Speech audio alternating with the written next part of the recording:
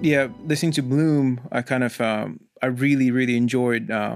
It's almost like a thinking music. I started thinking quite a bit, but I was listening to it while I was driving, and I started having deeper thought process just listening to the music because it sort of takes you to that place. And so, like, soundscapes have been really big for me. Like, I love, creating like a soundscape with my music. And another thing that I really like with music is, and I've recently been experimenting with, is how do I, as somebody who makes music, and I'm not going to call myself a musician.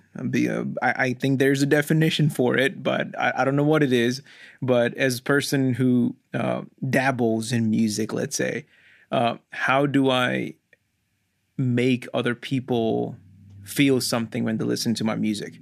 And that has been really big for me, is a musical piece, even with lyrics, without lyrics, should have some sort of feeling for the person who is listening to it. And so I got that quite a lot with your album that you came out with. And yeah, soundscapes, I love them.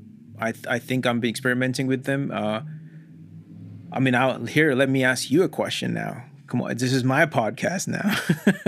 but what was your approach on that? Like how do you approach making music? Like that would be the easiest one. How do you approach making music, and then also how do you approach making an album? Because for me, albums are very interesting because we are in that singles era. Everything is a single now. And but I do love myself an actual good album, and I still don't love it as much as my wife. My wife loves albums, like she loves to listen to it from start to finish. And so, how do you approach having that sort of creative continuity in albums, and how do you approach writing music? Yeah. So Bloom is a specifically like different sort of thing in the way that I would normally approach an album, because so Bloom is a time capsule of like from the very first thing that I made to kind of a point where I reached a point where I was like, I think I know what I'm doing now. And so Bloom started in 2013. I had gotten a audio interface, and I got kind of like you, I got Ableton Live Lite. That was, I think, Ableton 9 at that point in time. And it was, the light version only lets you have like 8 tracks and like a certain number of effects and stuff. And because I didn't know what I was doing, I was fine working within those limitations. I never really hit the walls of those limitations until actually the last track on Bloom, which is Space.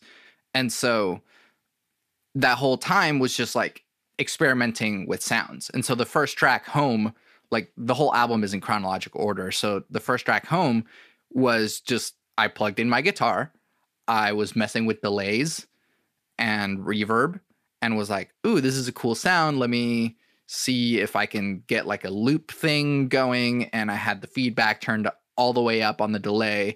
And so it was just like playing with the feeling. And so there's lots of times when you're making music and maybe you're going for something, and so you're just like throwing different things at it to see what sticks. And then there's other times where the music is telling you where it wants to go. And so a lot of Bloom was that. I would have different sounds and be playing with it and see what I liked, see what I didn't like, and figure out where I was going. And there's some tracks on Bloom that I definitely was going for a sound. So like Swamp, for example, it's like the biggest one that I was like, I have all of these tools. How can I create this feeling of a swampy type sound? And I feel like I did that. But yeah, that was one of the first tracks where I was like, let me see how to make a sound and create that feeling. And there's different ways of achieving that, of like the types of instruments that you're using, the types of sounds, what what does this thing evoke? And so you kind of asking the question of like, how do I get a certain feeling from the listener? How do I evoke this feeling? And what we're kind of doing as music makers is we're trying to communicate without words. We're trying to communicate with sound and with feeling. And the ways in which we do that is incredibly creative. That's why it's such a like unique and interesting medium, because anyone can make something different and say the same thing, but in their own unique way. And so how we're doing that depends on who you are, what tools are at your disposal, what you're feeling on that day, what you're thinking on that day. If you listened to a podcast or you watched a YouTube video where someone tried something different in Ableton or something, then like, yeah, it's everything kind of informs that. And so with Bloom over time, I was just like, again, playing with the ideas of like, where am I going? What is this sound that I'm hearing? Ooh, I like that. What else can I layer with that? What else will go with it? What else might not seem as appropriate, but still kind of work? And so it's listening to yourself, listening to what you're feeling from it, and listening to what other perceptions of what that might be as well. And so how do you create a certain kind of sound depends on also what other people think that might be as well. And so if I'm trying to make a swampy sound, for example, I may not use super bright sounds because the perception of a swamp is that it's dark and gross and wet. And so these sort of words that we always use to describe types of sounds is one of the biggest hurdles in making music, because we have all these words, we know what we think we're feeling, but how do we apply that to the stuff that we're making? And so the very simple ones like bright and dark are just like, okay, well, bright might be higher and dark might be lower. And then going from like a frequency perspective, it is like bright is, higher frequencies. So you might go up above 10K or something that adds a lot of air. Or if you want it to be more boomy, you might be in like the 200, 100 range. And so like all of these sort of things that we use to describe sounds, that's really just one perspective in it, and just like the frequency perspective. But then there's also instruments and the types of synths that you're using and how they move and all of these different concepts within music that like you can really break down and go, how can I do this thing from this point of view? So yeah, it is anything and it's everything. And that is kind of the nature of, I mean, I got a master's degree in music composition, and that is what a lot of it is kind of breaking down all of the different ways in which you can achieve something. And so we always talk about like the composer's toolbox, and it really is just like, what methods and skills do I have in my toolbox to be able to pull out whenever I'm hitting a wall or something or trying to achieve something. And one of my favorite things, quotes from Victor Wooten, who's like quite possibly the best bassist in the world right now, is that he said that like, if you're using music theory when you're improvising, you're not musicking well, because music theory is just a tool to help you solve a problem in a certain harmonic context.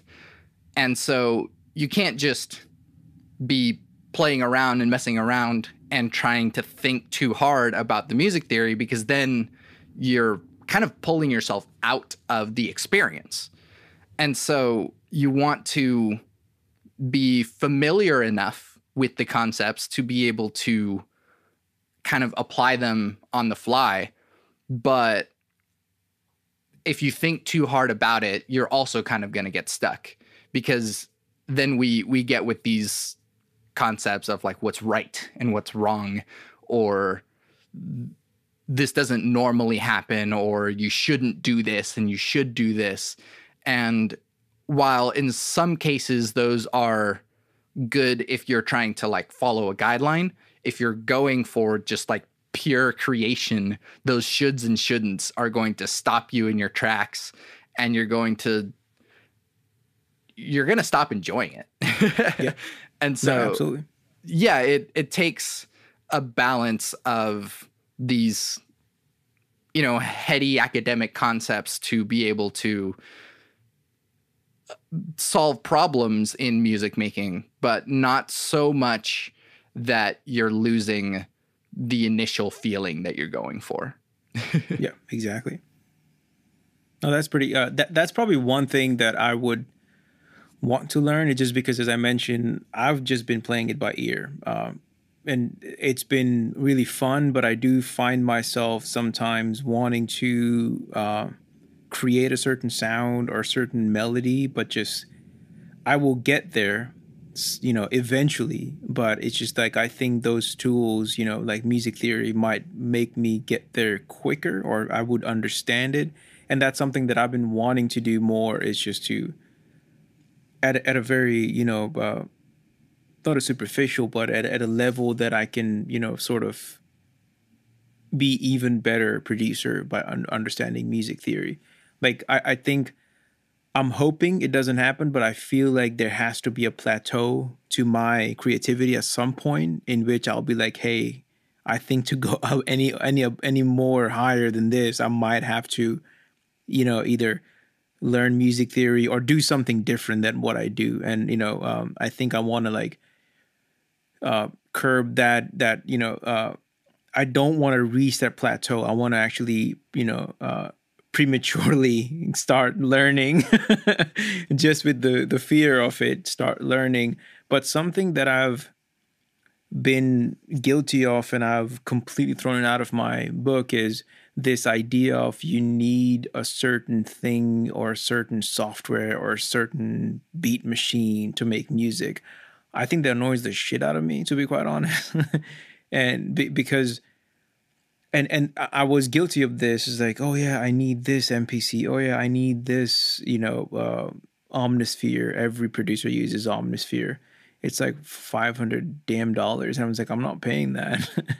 And it's just like that annoys me. I mean, I understand it on the plugin level and the outboard gear level that there is something with it.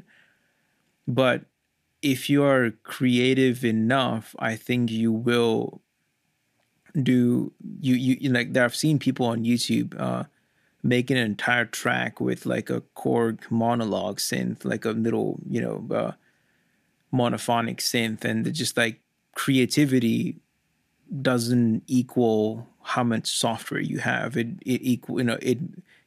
It's almost like the opposite of it. What can you do with the tools that you have at your disposal? Like how can you like, and that's the mindset that I'm still battling with, but that's something that I've realized is like, hey, instead of just buying new things, I want to see if I can master a one instrument or one plugin or one DAW that I have. And then, because I've basically most of my music, I've used either Logic Pro stock sounds for most of it because they're good. I mean, and then I've also used, for mixing and mastering, I've used a lot of the Logic's inbuilt compressors, EQs, limiters. So I was like, and that's another thing, right? I mean, it's just like when you go to mixing and mastering, you come to a point where people are like, oh, are you using LA2A compressors? Like, come on, bro, Jesus. I mean, if it sounds good, I mean, the stuff that played on the radio for the artists that I work with, that was mixed in Logic Pro, but like, so you can get good enough sound. I mean, yes, over time I've learned a lot more than I did my first album. Certain things that I do, certain things I do with the reverb, certain things I do with delay. But anybody who comes to me now and be like, "Hey, what DAW do you use, bro? Do you use Fruity Loops or do you?" I mean, they hate being called Fruity Loops now. FL Studio. Yeah, was it? Do you use FL Studio? Do you like Pro Tools? Do you like Logic? Is like, no, I just make music. I don't care where I make it. I I can make music with like clapping around the house and make music. That's not the point of it. But yeah, that's something that I would tell people, newer people, like, see, if you're going back to podcasts, the original, like, don't get sucked into that kind of, hey, I need to be using this specific thing to make music. Just you can make music with anything, and that's something that I've learned, and I'm not going to give up that feeling or that lesson. Like, I don't care what. And the same thing that kind of showed up in my most recent uh, uh, I guess EP, the instrumental EP that is coming out soon, is just like, I don't care what genre I am making. I don't give a shit, to be quite honest. I don't. When you remove um, the thought process of making something that's current and that's popular, like, your creativity goes off the roof. Like, that, when you just stop thinking that, hey, I need to make this a certain way.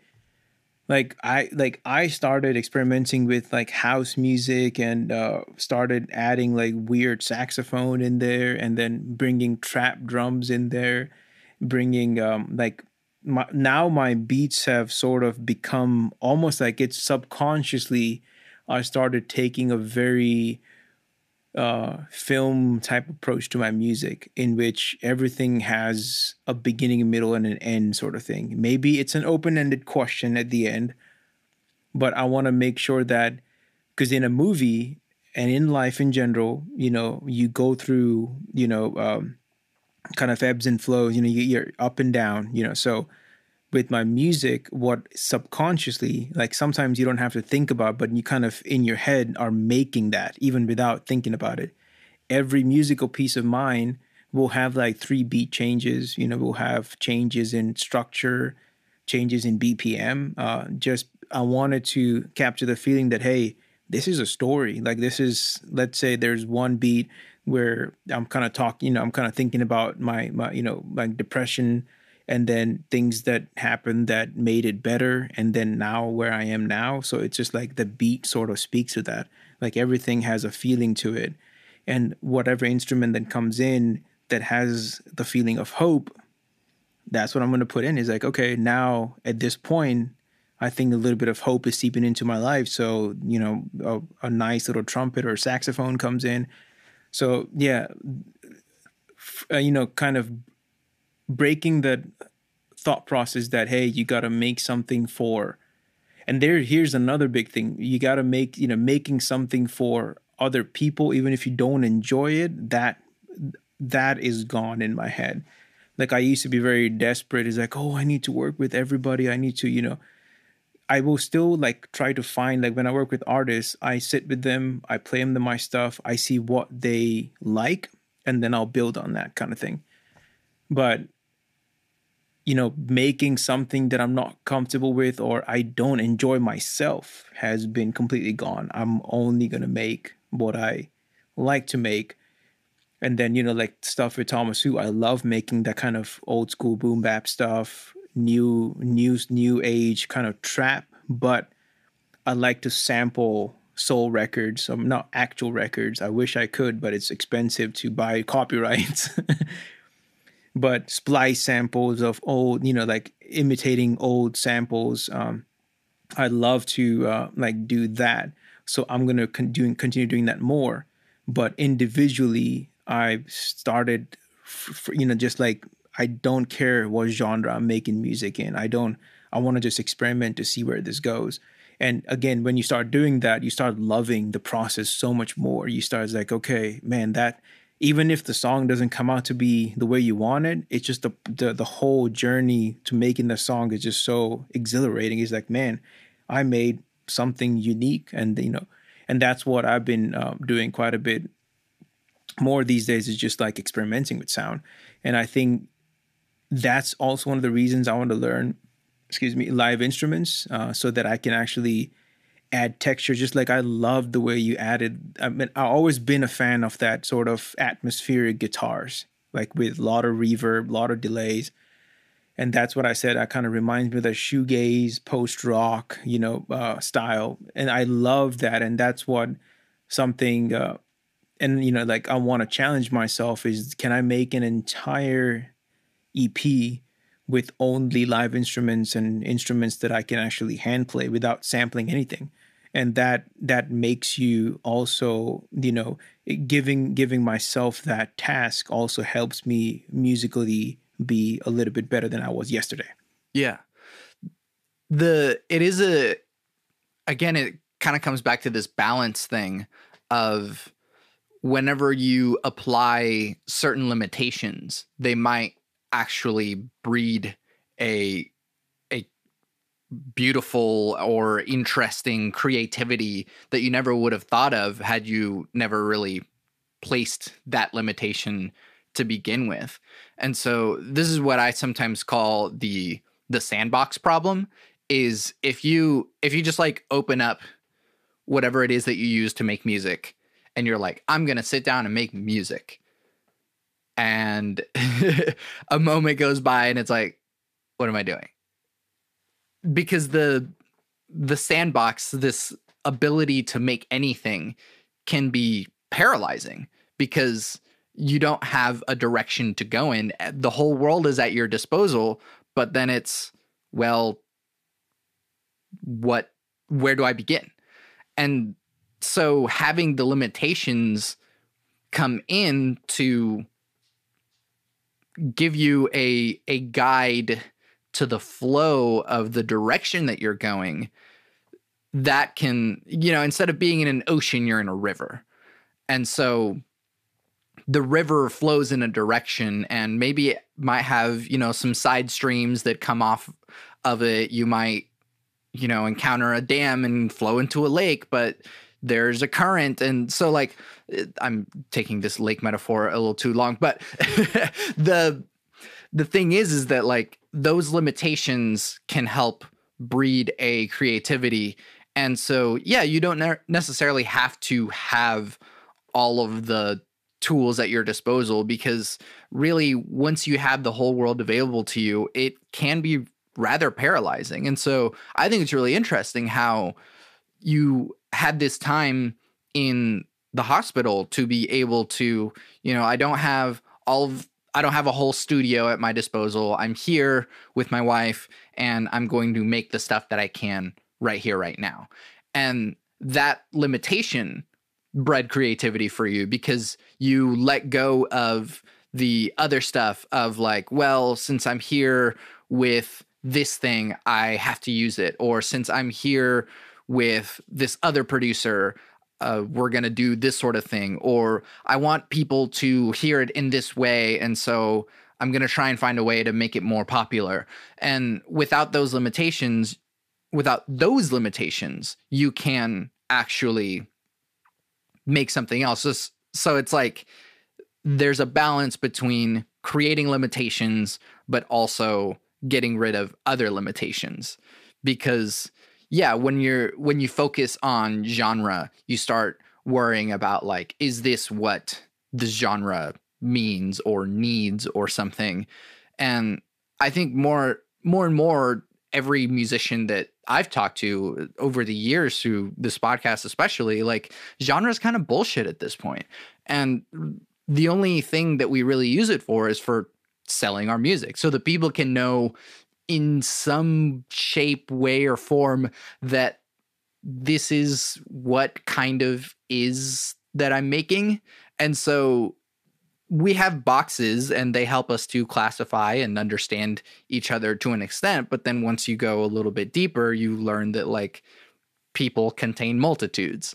And so, sure, you can say something that like, oh, I make beats, and that might bring up something in someone's head. It's like, oh, there's there's a million and one trap producers, there's a million and one, lo-fi producers, but it's like, no, I make beats because that's like the next closest word that I can use to describe this thing. But every single person is unique. And so like, yeah, you can call it beats, you can call them productions, you can call them pieces, you can call them compositions. And each one of these words might call something else to mind. Like, I do feel like since I call myself a composer, that's more of like an academic type perspective on making music. And it like, yes, I am in a lot of ways an academic because I went to school for it.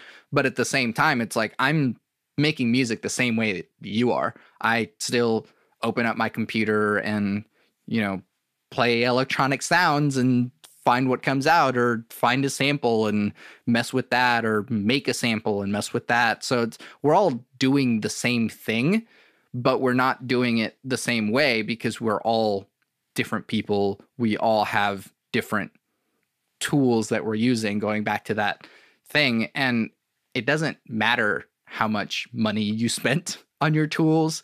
It doesn't matter if you're using quote unquote the right tools or whatever it is. It's each different thing is going to give you a different range of areas you can explore. And so, yeah, I mean, like, I don't use Logic because I use a PC. And that's also pretty like interesting in the music scene, just because not a whole lot of people use PC in music anyways. But like, okay, well, this is where I am, and these are my limitations, which are very different from what you're using, what your limitations are.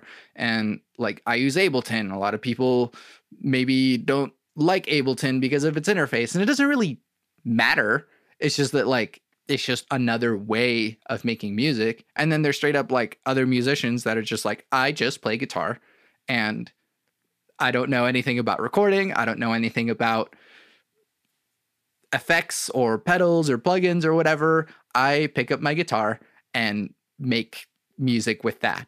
And there's a whole level of exploration that can be within that, and every instrument that you pick up. But like, you don't have to be an expert. You don't have to pay a whole bunch of money, because you are you. And as long as you can, the fact of the matter is that like, at least the limitation is that this is an audio medium. So like, maybe you need to have a output file that people can then listen to either on YouTube or Spotify or whatever it is. So like, yes, you do have that limitation. You have the limitation of that it takes a certain amount of time to listen to things. So like, you can make a 4-hour long magnum opus that is exploring everything that has ever been in your life. But you do have the limitation of like, not everyone has 4 hours to spend in front of a TV screen, Zack Snyder. So the fact of the matter is that like, we do have those limitations really just in the medium. I don't know if you know about Marshall McLuhan, The Medium is the Message, but it is kind of like the music medium is, I guess, the way that I heard one person describe it as like, art is decoration for space and music is decoration for time. And so how much time are people willing to spend with it? People listen to it with speakers, people listen to it with headphones, people listen to it in the car. And so these are things that we can all acknowledge that is a part of the limitation of the medium, but we should probably acknowledge those limitations as well. The fact that like, if you have no signal and have not downloaded the songs to your phone, you're not going to be able to listen to music if you're out in the middle of nowhere. And so there is a certain time and place where people can and can't listen to music. And so those are the sort of natural limitations, but once you kind of dig in even further, there's this whole world of the types of sounds that you can make, the types of cultures that we haven't even explored yet. You kind of mentioned that like you're worried about the plateau that you might hit by not knowing music theory. And the fact of the matter is that like there was a time where I would have been like, you have to learn music theory. Everyone is using this and you have to know this to be able to make quote unquote good stuff.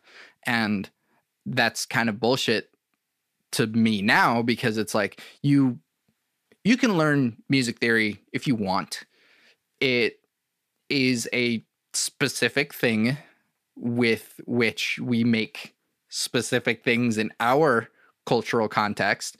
The fact that the first thing that you got to make music was a launch key means that you have a keyboard with white and black notes on it. And so that is already a limitation per se for what you can and can't make. Had you gotten a launch pad instead, which doesn't have the key layout and it's just a bunch of squares, I'm like looking at my launch pad right now, you don't have to think about it necessarily in the same way that you think about it with a keyboard. And simply the shape of it is going to allow you to create different things than you would if you are using the standard keyboard shape. But yeah, I mean, it'll help.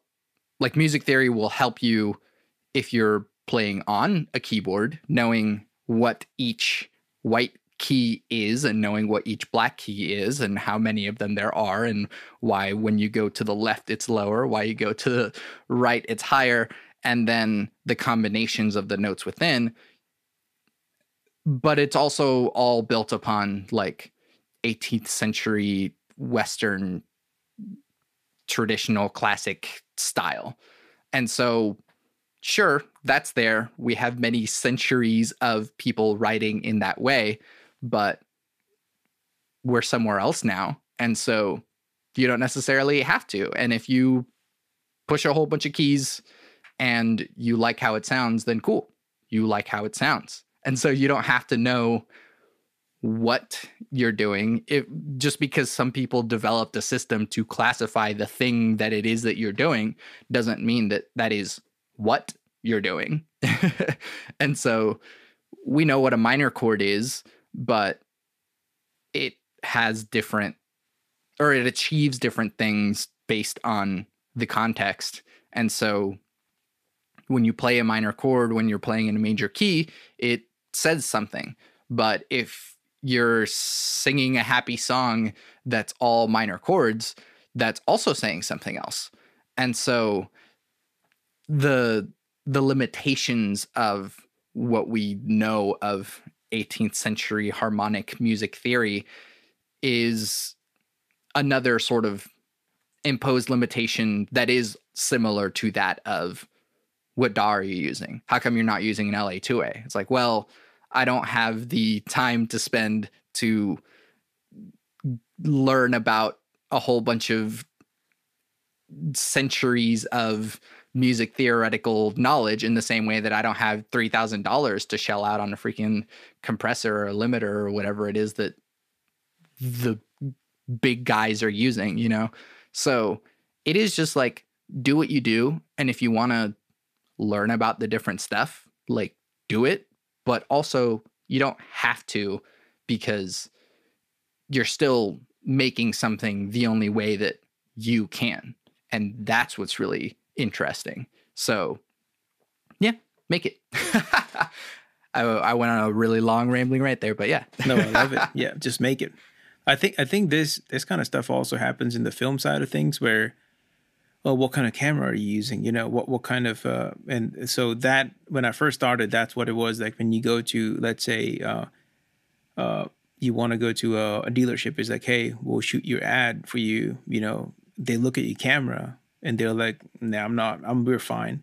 But then when you take the same camera rigged out to be, you know, like 12 feet long, Yeah, I was just exaggerating, but you kind of go there with like a cinema rig looking thing. You just basically, literally, you just have the same, let's say, a DSLR rigged up to look like a bigger camera. They're like, oh, okay, we'll let you shoot the.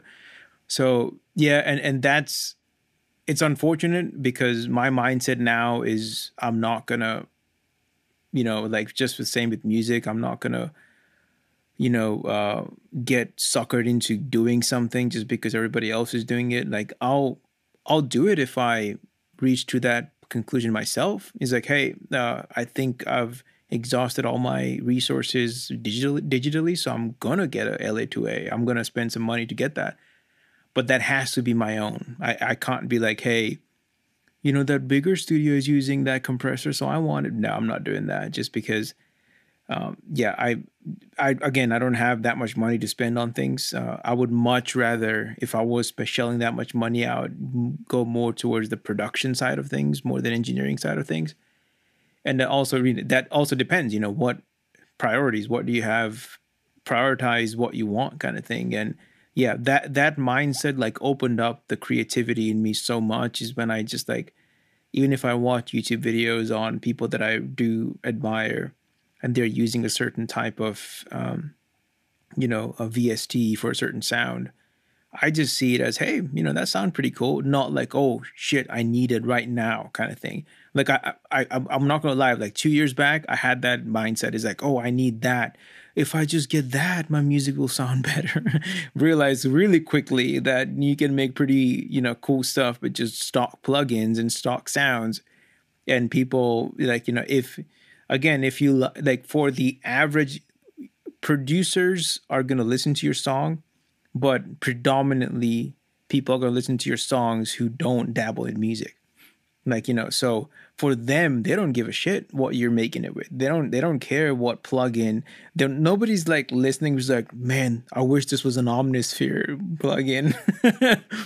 So as like, having that perspective just changed the way I make music. And because as I, like, there's a, I think you have to understand the rules to break them to make something unique. So like, for last 2 years I've been understanding the rules of production, as like, so how much I know, as much as I know now, I feel comfortable breaking them to make something unique. So yeah, there are rules, but I'm like, yeah, no, I'm not gonna use all those rules. I'm just gonna try to break them and see where I can go.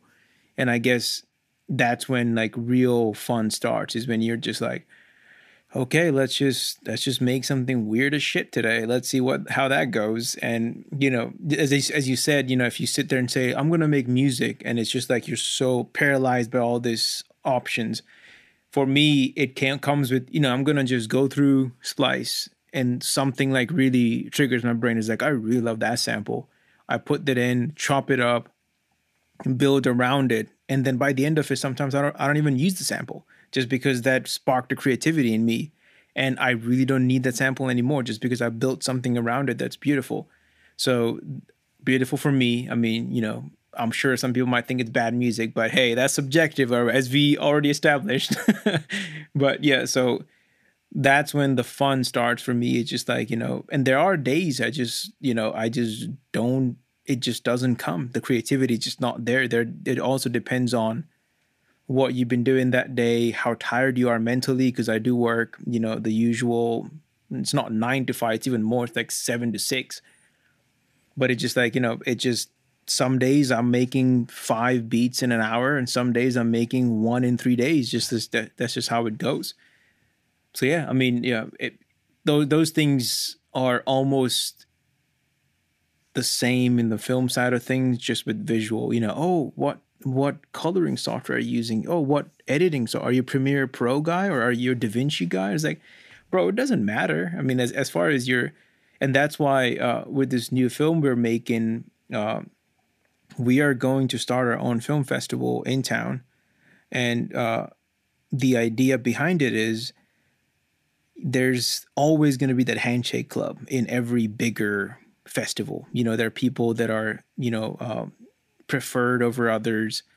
So we want to open it up to people. Oh, you shot this film with your phone? Does not matter at all. If it's good, okay. If it's shot with a potato with like 240p, we'll have issues with it. If we can count the pixels, yeah, okay, there's something we need to think about that. But if you shot it with a phone, with an iPhone, and it's good, let's show it to us. We want to see it, and then we want to show it to other people. So creativity should not be murdered by tools. It should be enhanced by positive reinforcement. It's like, hey, do this, do that.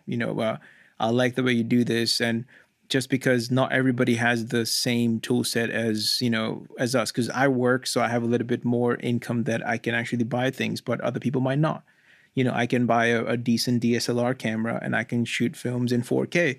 This other person might not have the same tools, but he has almost even probably more creativity than me. So why am I not helping him get to a point where he's like really, where he's actually affording the tool sets that he needs to even make him or her even better than they are right now. So that's the whole thought process, is getting rejected by things in town, getting ignored by people, sort of fuels me to do more. That's just how my personality is. It's like, oh, you're gonna say no to me in this sense?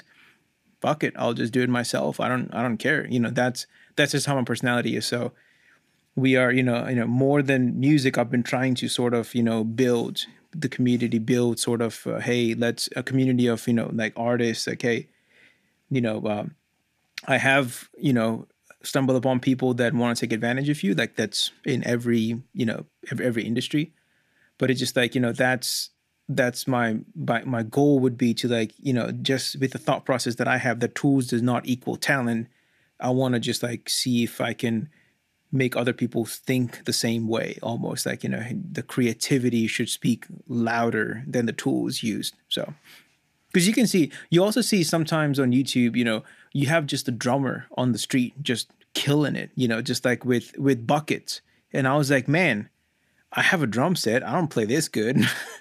It just like, it doesn't matter. I mean, if you're passionate enough and you have the talent and you just practice, you can make bucket sounds better than a Sonar drum kit. That's just how I feel about it. Yeah. Yeah. I think there was a thing recently where like a guy in like some room had like taken buckets and like coffee cans and stuff like that and did like a Rush cover on drums, and like it sounded really cool. And then I think like Mike Portnoy or someone like sent him a really good kit. And so it's like, hey, look, like, your work has been acknowledged even with the limitations that you have. And it's funny because whenever you said that, like, oh, even if like, yeah, maybe we'll draw the line if like it's 240p and we can count the pixels. But then I just thought, like, I can imagine, if you had mentioned David Fincher earlier, like if David Fincher was like, I'm going to make a short film with just like a flip phone from 2007, and I'm going to see how I can evoke emotions and feelings and tell a story with this potato of a phone. Like, it would be really interesting to see like how that limitation could create something else. And so it's like, even with some of the stuff that, like, I don't know, one of my favorite things is like questioning the premise and questioning the questioning of the premise. And so it's like, so what do you need to make a film? And it's like, well, it has to, like, you have to be able to see what's on screen or something. And then it's like, well, could you do something with a 2007 flip phone or something? And, probably back then people were making films in 240p, and like, you can look at the beginnings of YouTube, stuff that was put out way back then, that like people were making, you can say, art with the limitations that we had back then. And so it is super interesting now that, like, there have been films made with iPhones, for example. And so more and more so the theme that we keep touching on is that, like, the tools don't make the talent, and that someone could totally like make something really awesome with the bare minimum. Or, you know, just because you have all of these big tools doesn't mean that you're going to make something awesome. There's so many times where, like, you know, someone might have an entire crew with like expensive equipment and stuff, but like whoever the director is just like doesn't know what they're doing, or their vision is flawed, or they're so worried about like what other people are going to think, that even with like all of the money in the world backing you up, it doesn't matter, because it's like at the end of the day, the talent or the skill in there wasn't available to fulfill what the tools really needed. And so, yeah, there are definitely times where, like, I've seen it with instrumentalists that are like, yeah, I'm hitting the limits of this trombone, and so I need to upgrade and get this attachment that, like, I used to play trombone in middle school, so it's like whenever you press it, it's like sixth position, and so like you can do things a little bit better. And so it's like, yeah, once you start hitting the limitations of a certain thing, then it might be time to think about an upgrade. But like, there's still so much that you can do. And kind of going back to, like, again, what I did with Bloom and what you did with your EP is that, like, the creativity was there first, and then we're just going to find some way to put it out no matter what happens. And so it's like, well, when I first started, I didn't know anything about music production. And so I have this guitar that I taught myself how to play, and I'm just going to plug it in, and okay, it looks like sounds are coming in. All right, let's see what happens here. All right, cool. I have this microphone and I know how to sing. And so let me see what I can do with my voice. Okay, cool. I have all of these sounds available in my DAW. What else can I make with that? And so one of the things that I always try and like push back against is this idea of talent, because I feel like talent is just the starting point on the race. And so there might be an end goal that different people are trying to get to, and talent is just where you start in the race. In the same way that, like, privilege is sort of like, okay, well, if you grew up with wealthy parents and you grew up in a nice neighborhood, you were born in the US rather than in like Sri Lanka or something, the things that are at your disposal are different. And so what you're able to achieve might be really different based on who you are and where you are. And so, like, talent to me, it's just like, okay, well, cool. You grew up with like having a good ear and you can hold a tune really well. But if you like show up to the studio and people are like, hey, did you practice the song that we were going to be recording today? It's like, nah, I was just going to wing it. People that you might work with will be like, all right, well, you're going to be wasting all of our time and like just trying to figure it out as we're trying to record, because we're here ready to record right now. So like, people always talk about in like music business and kind of business in general is like, if you are, it's like three things. If you're good at what you do, if you're nice, and if you show up on time. If you do like two of those three, like, everyone loves you. And so everyone would love to work with someone who maybe isn't the best player in town or the best singer in town or the best whatever in town, but they're nice and they show up on time. And you know what? They're reliable and they do the stuff to a standard that, like, whenever you work with them, it's great. So, you know what?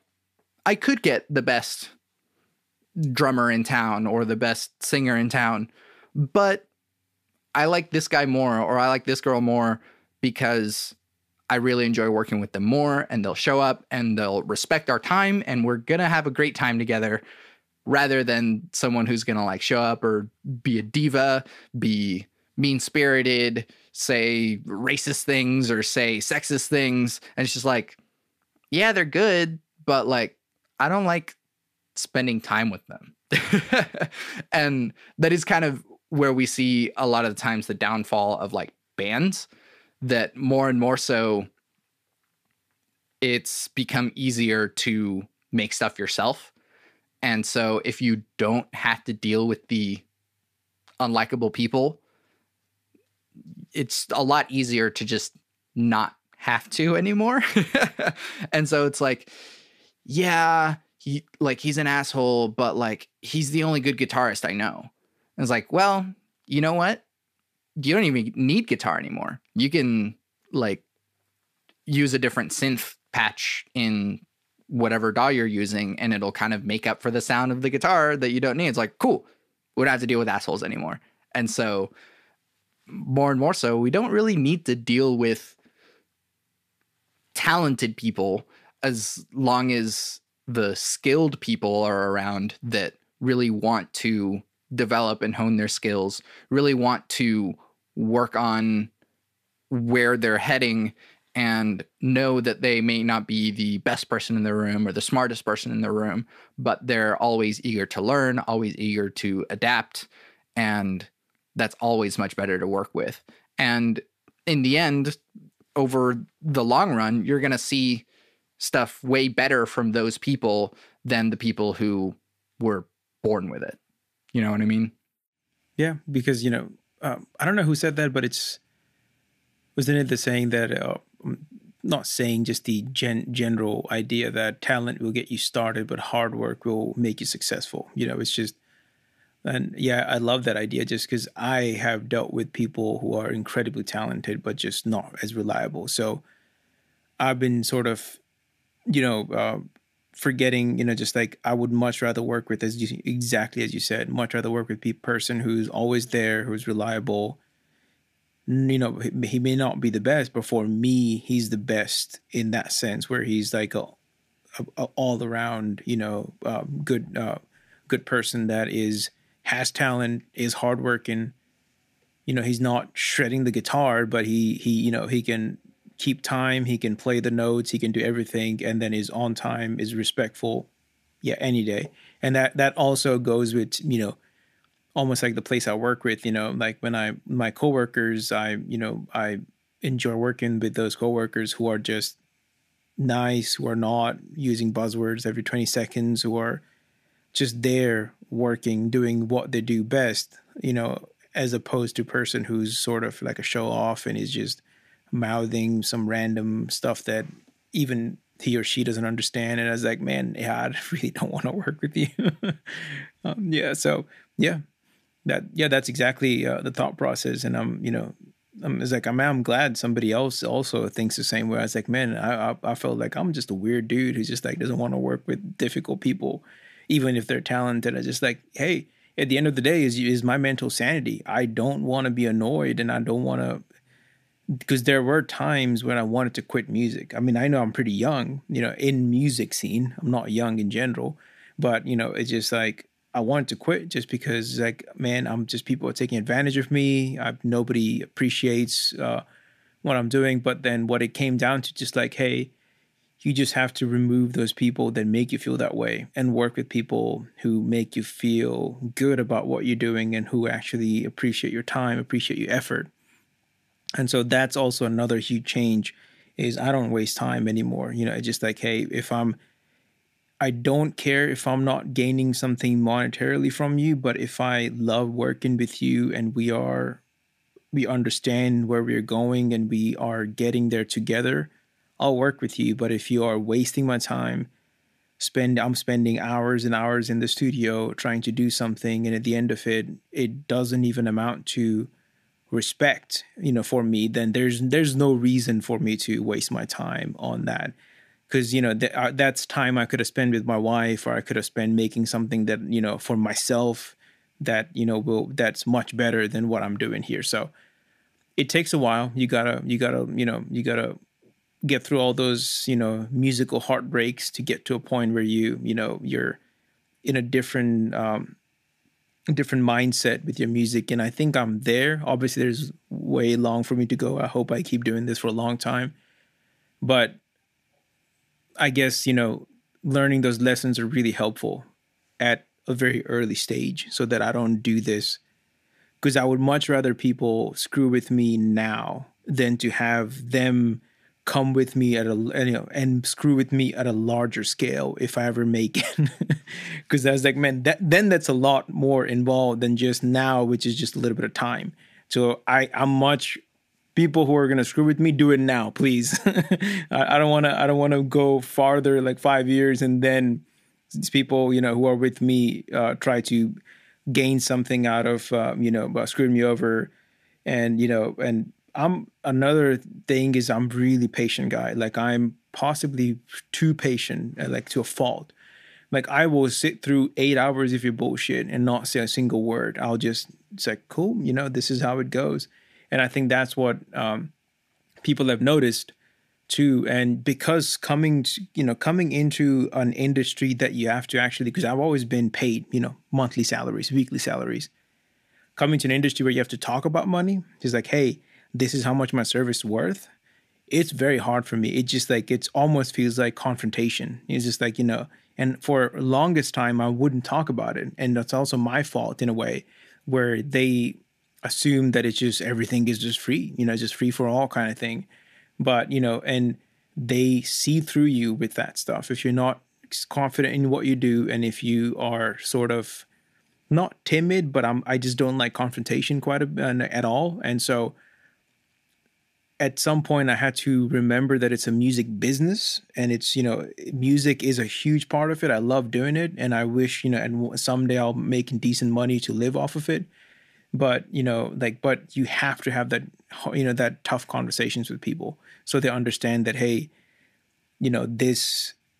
I love doing this, but I'm also trying to make a living out of this. So, because a lot of people just think that because I'm new, free for all, it's just like he needs exposure, and I fucking hate that word, exposure.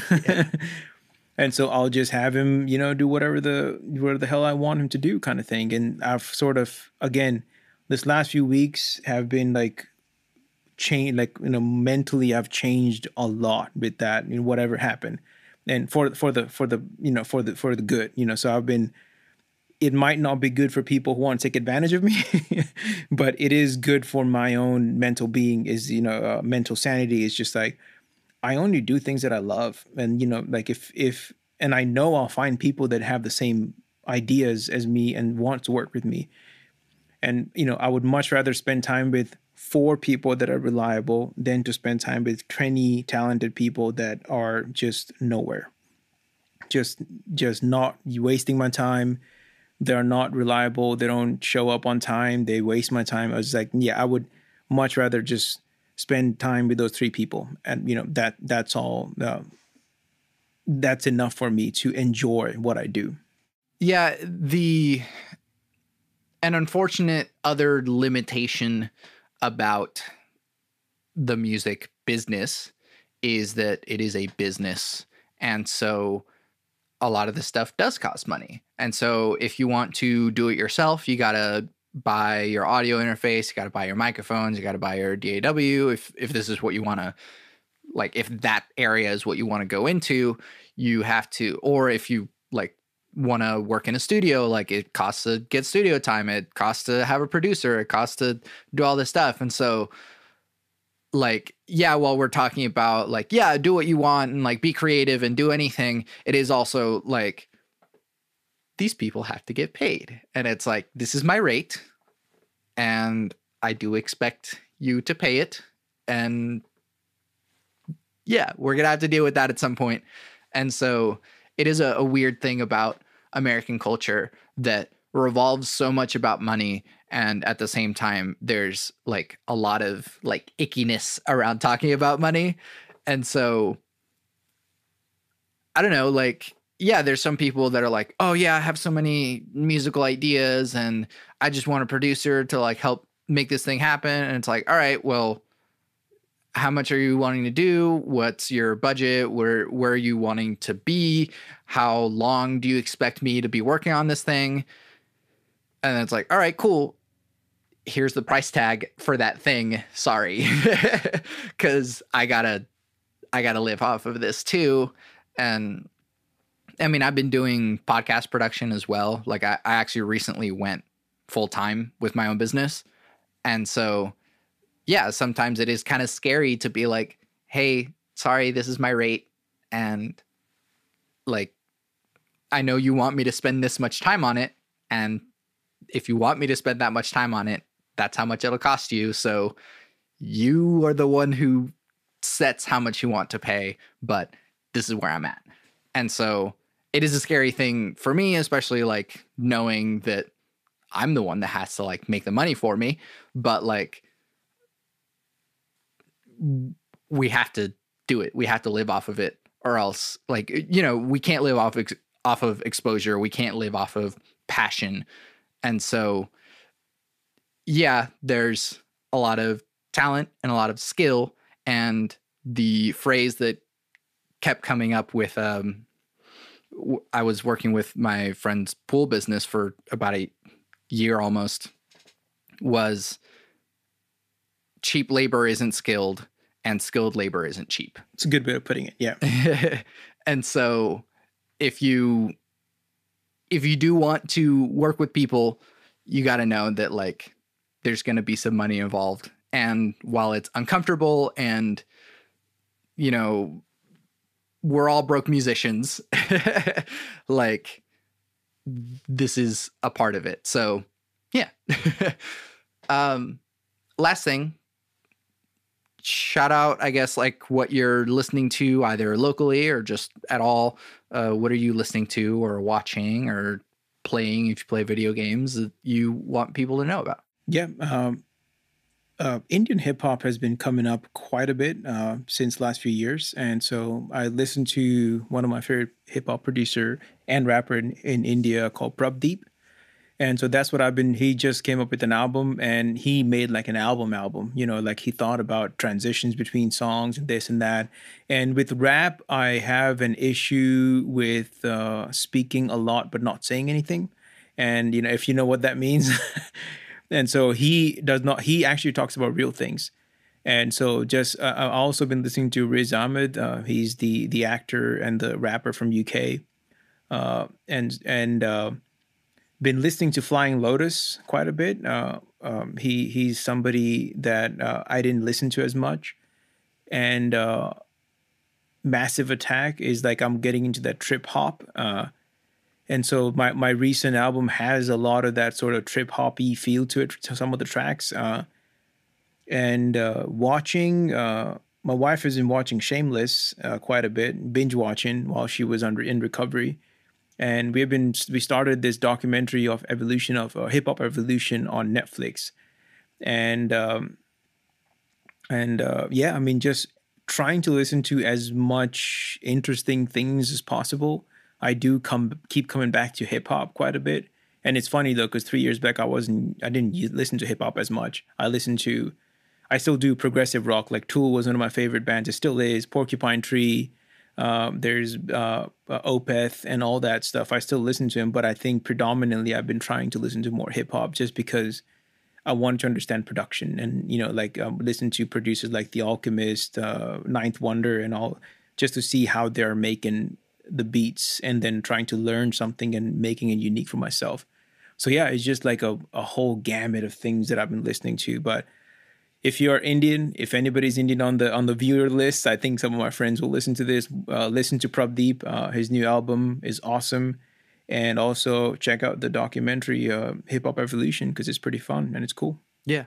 How do you spell that, by the way?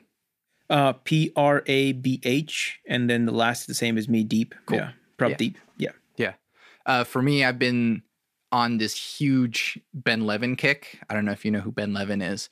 He plays guitar in a band called Bent Knee, but also does his own stuff. He recently put out an album with Adam Neely, who's a kind of famous YouTuber, jazz bassist, and they did a 24-hour live stream.